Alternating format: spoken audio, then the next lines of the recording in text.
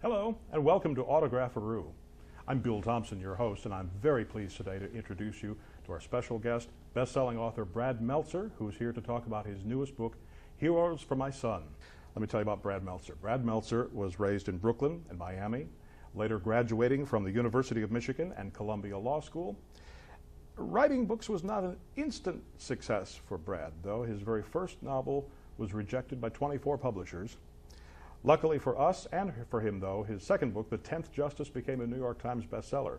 And each of his books since then has been a New York Times bestseller, translated into over 25 languages, everything I'm told from Hebrew to Bulgarian. And also Brad apparently made an appearance in a Woody Allen movie. We'll ask him about that in just a moment. Brad, thank you so much for joining us today on Autographaroo. Thank you, Bill. I appreciate it. You are known, of course, primarily for your thrillers. The New York Times series of best-selling thrillers. Heroes for My Son is not only not a thriller, it's not even fiction. What was your inspiration? The best inspiration of all, my son. And 8 years ago, I was driving home from the hospital on the day my son was born, and I said, I'm going to write a book that lasts his whole life. And I'm going to give it to him one day, and the clouds will part, and as I present this book to him, Norman Rockwell himself will need to be resurrected to paint the picture of this moment, because it's going to be that perfect. I mean, I imagined it, I painted it in my whole head. The truth was, I was writing about fatherhood, and I knew nothing about being a father. And then a friend of mine told me the story about the Wright brothers. And the story went like this, is that every time the Wright brothers used to go out to fly their plane, they would bring enough materials for multiple crashes. That means every time they went out, they knew they were going to fail. And they would crash and rebuild and crash and rebuild. And that's why they took off. And I love that story. I wanted my son to hear that story. I wanted him to know that if you are stubborn and you have a dream and you work hard, you can do anything. And that's where the book really came to life for me. As I said, I'm not going to give him just words and tell him to be good and expect him to be good.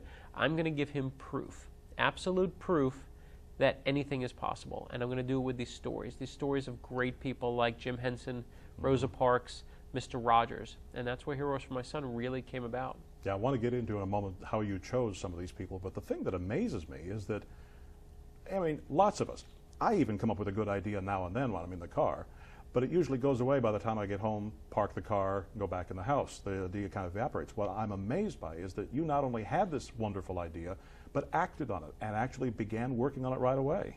I'm stubborn like that. But the truth is, it's for my boy.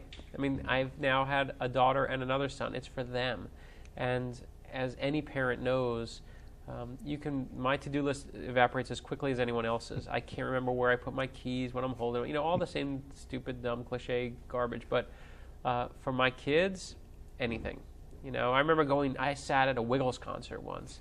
And I was at the Wiggles concert, and not only did I fight for good seats, but I fought, I was like, I knocked down some kids for a last Captain Feather Sword. I mean, I was just like, why? Because of my kid. And I remember I was at the Wiggles concert, and in front of us there was like this really kind of young, 20-something, hip, cool, all tattooed, wearing the wife beater shirt. And they were like the cliche of like that Generation Y, as we were just a little bit older than them. And they were there, and their kid was, had the Captain Feather Sword that they paid $20 for, and they were sitting there just as happy watching their kid run around. And I realized in that moment that as parents, we are dumb for our children. We will do anything for our kids, and they're so happy, and we were so happy, and everyone in that place was so happy just because our kids were enjoying that moment.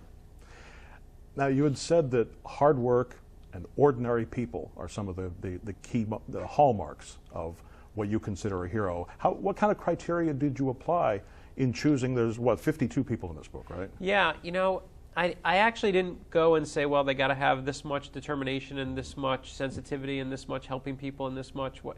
I just picked who I liked. I just picked who I liked, and then I would look into their lives and see if it measured up. And sometimes there were people that I liked, but they didn't measure up. They just didn't have a great story. I didn't want this book to be about great people. I wanted it to be about the singular moment that makes them great. So I love Jim Henson. Jim Henson was probably one of the first people in the book. And you know what? You invent Kermit the Frog, you get in the book, right? You get in the book no matter what. You invent Kermit the Frog. But I was looking through his life, and I was struggling. I couldn't find anything about him. And then I found this one story that one of his kids actually wrote about him. And it basically said that when Jim Henson first was looking for a job, he wanted to be in television. And he goes to the TV station, says, I want a job in television. They say, we have no jobs in television. Sorry, guy, get out of here. So he leaves, and as he's leaving, he sees a sign that says, we're looking for puppeteers. So he goes and reads everything he can about puppeteers, and he comes back to the same place, and he says, I'm a puppeteer. Can I have a job? And they gave Jim Henson 5 minutes, and that's all Jim Henson needed. And I want my son to hear that story, and I want my daughter to hear that story. That, if someone puts that barrier in your way, go around it. But, or you can invent Kermit the Frog. Either way, it gets you in the book. I was going to say, would a book for your daughter be substantively different than a book for your son? No, it would. I even say in the introduction, there's not a hero in this book that I won't give to my daughter. But I did make one deal with the publisher when I started. I said, this has to be a 2-book deal. And they said, why? I said, because I have a daughter. And every day, my daughter comes into my office and she says, Dad, is my book done yet? Tick-tock, right here. And she's serious. She's like, you work on my book today? Who'd you work on today? And, she really is worse than my editor. I mean, she's just on top of me all the time. But heroes for my daughter I'm working on now. Well, you've got heroes in this book that are women. Of course. I mean, I wouldn't have it any other way. And my daughter's book will have men in it. And I listen, I want my son to learn about Rosa Parks. I want my son to learn about Eleanor Roosevelt. I want my son to learn about Lucille Ball. Why is Lucy in the book? Lucille Ball was a perfect example of someone I just liked, right? And then doesn't mean they're a hero at all. It just means I like them. I used to like watching the show with my grandparents, and it was just great. But I looked into her life, and we found a story that was just spectacular. She actually grew up in a household. She had this really kind of wacky grandmother who was just not a nice person, who had no mirrors in the house. She didn't allow any mirrors except in the bathroom because she thought vanity was a sin. Lucy had no friends. And so she used to literally play with a chicken, who she used to call sassafras. I mean, there's a girl playing with a chicken. It doesn't get lower and more sad. It's like that's one step from Harry Potter living under the stairs. And then I found out that she actually used to make funny faces. She learned to make funny faces in her reflection on cable cars. And that's where she kind of learned to make herself laugh. And I just love that idea that humor can take on anything. No matter what the obstacle is, no matter how dire the situation, that humor can be an escape, and that's a lesson that I want my boy to learn. It's maybe one of the most vital lessons, and Lucy really had it. It wasn't that she was cool and therefore you get in the book. She had this amazing story behind her, and a story I'd never heard of.